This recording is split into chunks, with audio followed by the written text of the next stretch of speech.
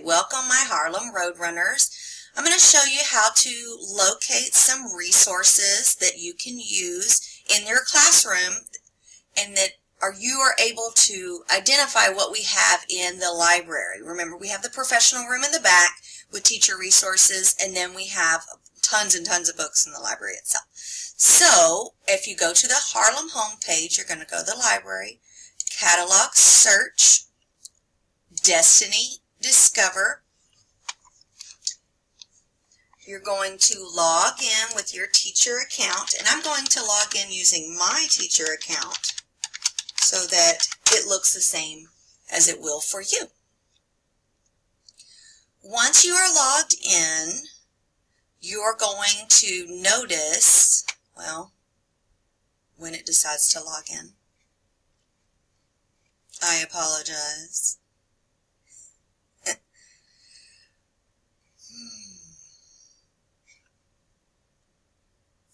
Okay, once you are logged in, the home page is going to look like this. It's going to show recently added books, popular titles. You can always browse through genre. Lightbox books, those are on the computer, ebooks, and then they're starting to add audiobooks and interactive books. But I want you to go over here to the hamburger, I think they call it hamburger, and you click on the hamburger, and we're going to look at collections today. When you are in collections, the first thing that pops up is public. So it says Harlem Elementary. So these are actually collections that I have created for my teachers, my faculty and staff. Here is Goose Creek Collection. So TMS and the person who's running Destiny is creating them. Miss Kalia Hicks from Cedar Bayou Junior High, she's the junior high librarian. She has created some Hispanic Heritage Month resources. So if you're interested in just clicking on some of those and using some of those, notice that some of the ones she has are web-based. Okay, so you can just click on them and show them to your students, and they have some really cool information. The books that would be under hers is not any that we actually have in our library, but lots of the librarians, just like she does, adds in web pages and articles and stuff like that that you can still get online. You can access those. So we're going to take a look. Some resources that I have created for our staff is math resources for primary, writing resources since we're trying to better our writing scores, math resources for intermediate, scientific investigation. I have intermediate poetry, primary poetry, weather, ELA resources for novels. So I have some lesson plan stuff for novels. 5th grade GT project, 2nd grade TEAC, making connections and stuff like that. Safety, this goes for science safety, talks about stranger danger, any kind of safety books. We have some of those. So we're going to take a look today at writing resources. When you open up writing resources, it comes up with some web page stuff, information that I have added to our collection.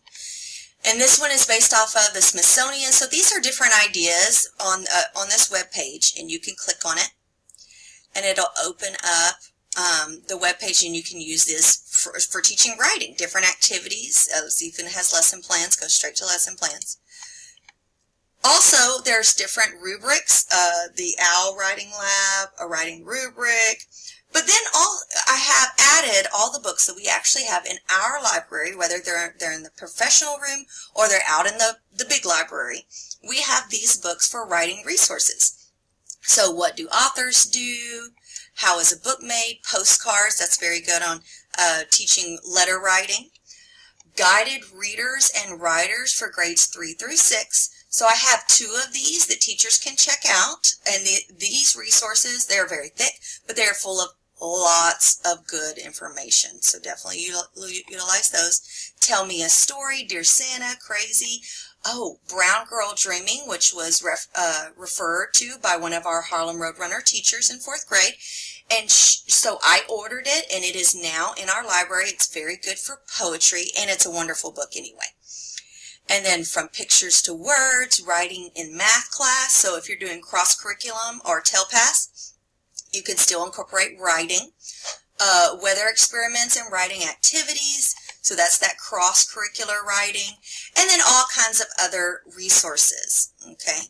When you see a resource, let me see if I can find a professional resource. I'll just go up here. So if you go up to this Guided Readers and Writers, if you click on it, this is a resource that you are interested in using or checking out. It's going to give you the details of this resource. You can look down here and notice that it has copies. So how many copies do we have? We have 2. It'll tell you if they're available or if they're checked out.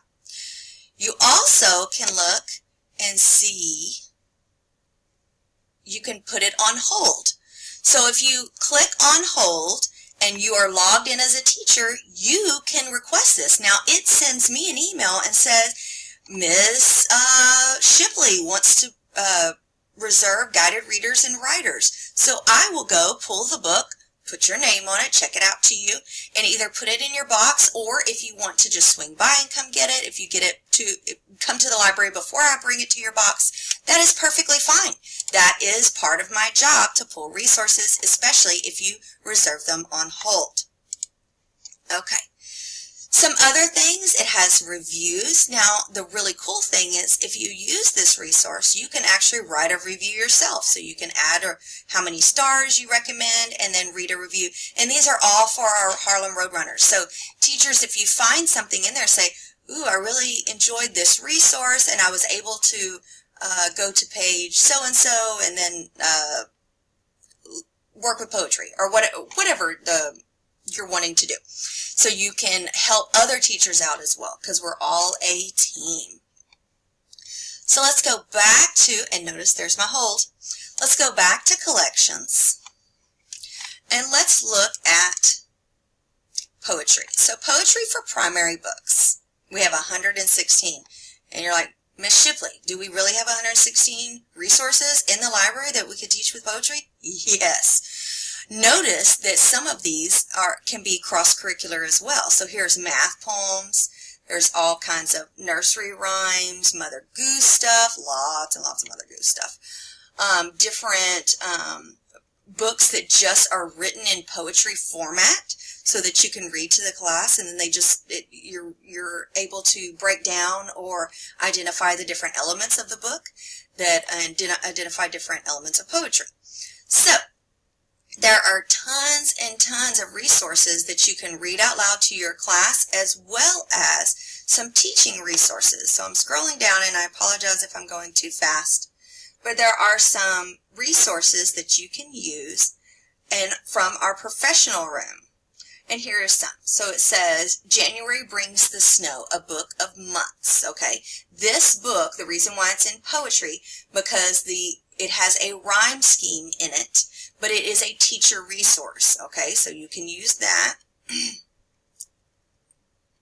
you go down, lots of, look, mathematicals, that's kind of cute, but poetry and math, so that's cross-curricular. And I had some other poetry resources I'm hoping to get. Oh, here we are. Okay, so teaching 10 fabulous forms of poetry. So if you click on this one, just like the other book that showed up earlier, it has, it'll show you the screen with the information, the details, and then it also tells you how many copies we have. We only have the one. But then it's also a PRO. So that means that it is in the professional room. So it is a teacher resource to be used, and it is located in the professional room. So you can go in there and then come see me and check it out.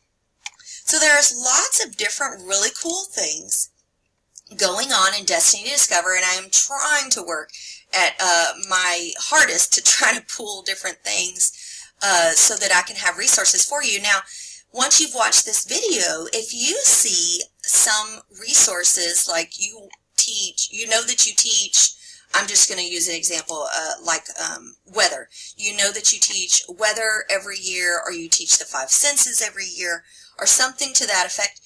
Something that you know you teach every year that you can actually email me and say, Miss Shipley, will you pull, and I see there's my senses books right there.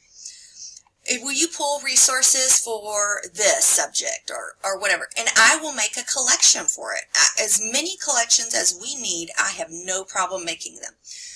It is a little time consuming, but my job to help you teach in the classroom and make sure that the library is supporting your classroom teaching. So I hope you enjoyed this video. Only 10 minutes, so it wasn't too long.